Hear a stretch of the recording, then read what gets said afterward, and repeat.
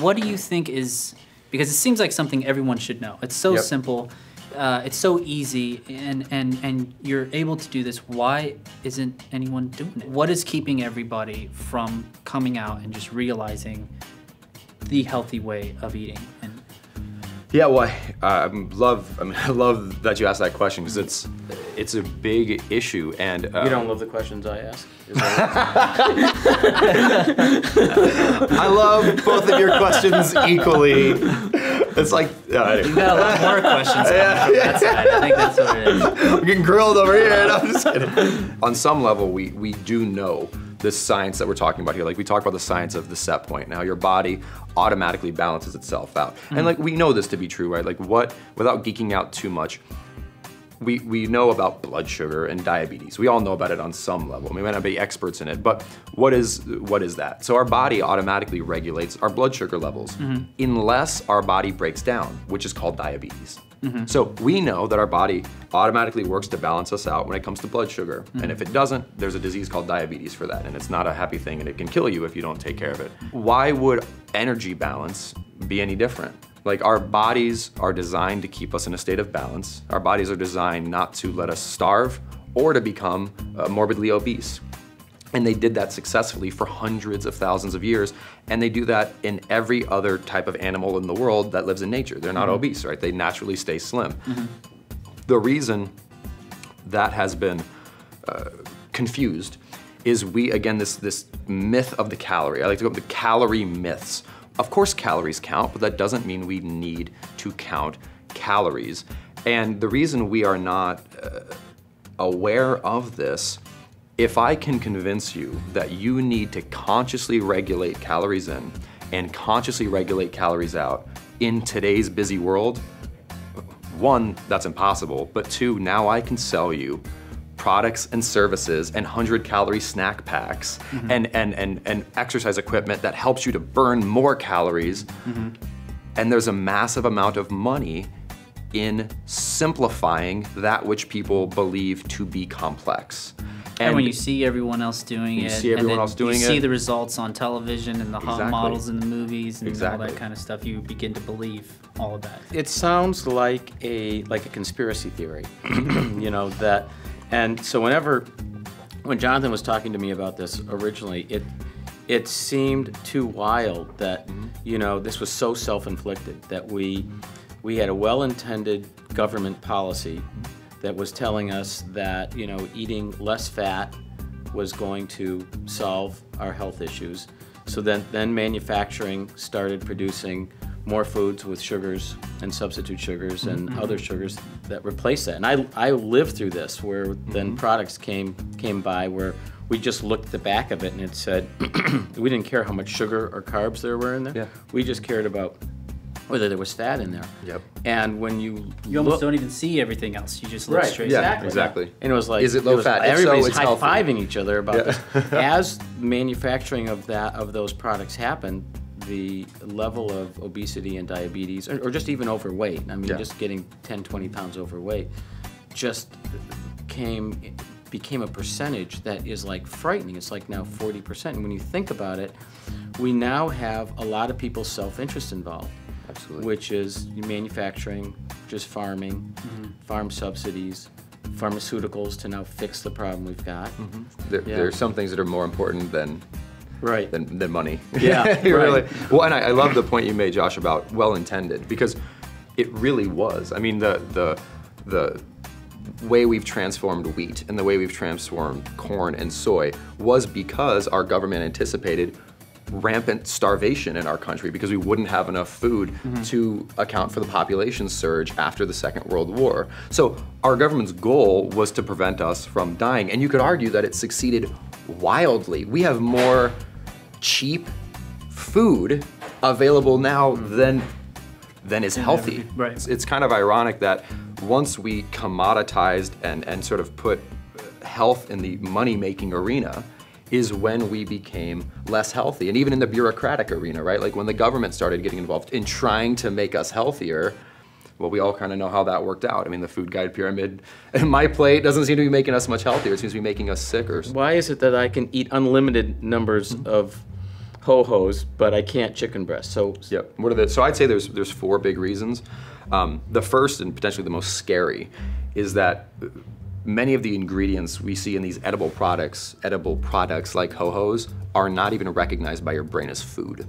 This is why you can drink 600 calories worth of high fructose corn syrup sweetened soda, and you just put 600 calories into your body. If you were to put that in healthy food, that's a ton of food. And it's not, in fact, you may even be hungrier. I mean, it's so one is body does not even register it as food. Okay, and reason number 2 is some of these substances are actually appetite stimulants. They actually make you hungrier, more. Right? I mean, we've all experienced this. You eat one potato chip, it doesn't make you less hungry, it makes you more hungry. Another reason, so reason number 3. And then you don't get a Nordstrom's in your neighborhood. Because you eat a lot of potato chips. And then the other big reason is the 3 factors that really determine, that's like going way back, that determine our satisfaction levels are water, fiber, protein, and then to some extent fat. So, and fat within the context of a natural whole food. So while ho-hos will have fat in them, they're not the types of fats that satisfy us, they're unnatural fats. And they're dry, they have no fiber in them, they have no protein. So our body isn't recognizing them as food. They actually stimulate our appetite, and they do not contain any of the things that our body actually looks for to fill us up. So, even though they may look big, like this is a great example, bread, right? So you have a loaf of bread, it looks big. Some of us may have done the little technique where you take bread and you mash it up into a teeny tiny ball, and you take what was once this giant thing of bread and it fits right in the palm of your hand. And that's because, again, it has no water and then it has very little fiber in it, and those are the things that fill you up. Gotcha. The reason this is so hard is we're fighting against our bodies. Like we're challenging the wisdom that is our body. We think that we can trick our body. Like we think that if we eat a 100-calorie snack pack, that's gonna like trick our body somehow, and that we're gonna be full and we're gonna be satisfied, and we're not just gonna make up for that later. That's even the problem with traditional like jogging. We think that if we just go jog and burn 300 calories, we just multiply that out and we're gonna lose that weight. But study after study after study shows if you're more active, you just eat more. Or your body just runs slower when you're not exercising. The body is a brilliant organism. I mean, it kept us diabetes-free and obesity-free for hundreds of thousands of years. The reason we struggle with that today is the things we eat aren't recognized as food by our body, and not only that, they can actually break our brain. Like we're seeing more and more of this, how our brain's natural ability to tell us when to stop eating is compromised by these like artificial fats and artificial sweeteners. We see that we administer them into rats, and the rats, like a normal rat, will just eat food and then stop. You give a rat some of these unnatural food-like products, and it will, same rats, eat dramatically more because we have broken its body's ability to keep it healthy. How could we have evolved to run optimally on anything other than what we can find in nature? Like the definition of evolution is create a being which thrives in its environment. We're just not doing that anymore, and so it makes sense intuitively, it makes sense evolutionarily, and it makes sense in literally thousands of clinical studies. How are we ever going to make all of this good stuff that is now boring to this new generation? How are we gonna bring that back? How are we gonna make it appeal and make it, what would you think is one way we could go about that? Making the fruit sexy again, making the vegetables interesting again, making me want to eat this stuff, because right now I want to eat this stuff. How are we gonna make everyone on this side want to eat the good stuff again? I think that's, in my mind, I think that's probably one of the most difficult things. Well, I don't think anyone likes to feel like they're being controlled, or anyone likes to feel like they've lost their freedom. And the reason I mention that, though, is because that's what's happened here. When we are, for example, when an individual, this is why we regulate cigarettes, because cigarettes, in some ways, cause you to lose a bit of your freedom because they're addictive.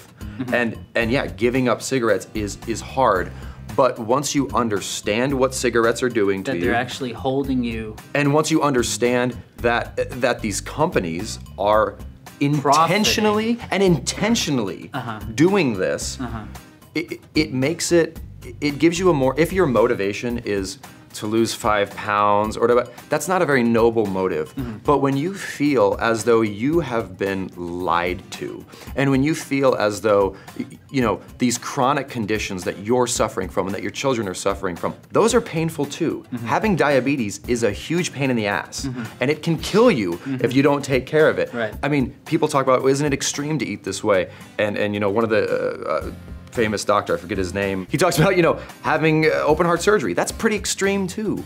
So I think we have to do a couple things. One, we have to show people, we have to lift back, you know, the blindfold and say, you are being manipulated, you are being lied to, these substances are addictive, there's a reason they're hard to give up, because you're literally addicted to them.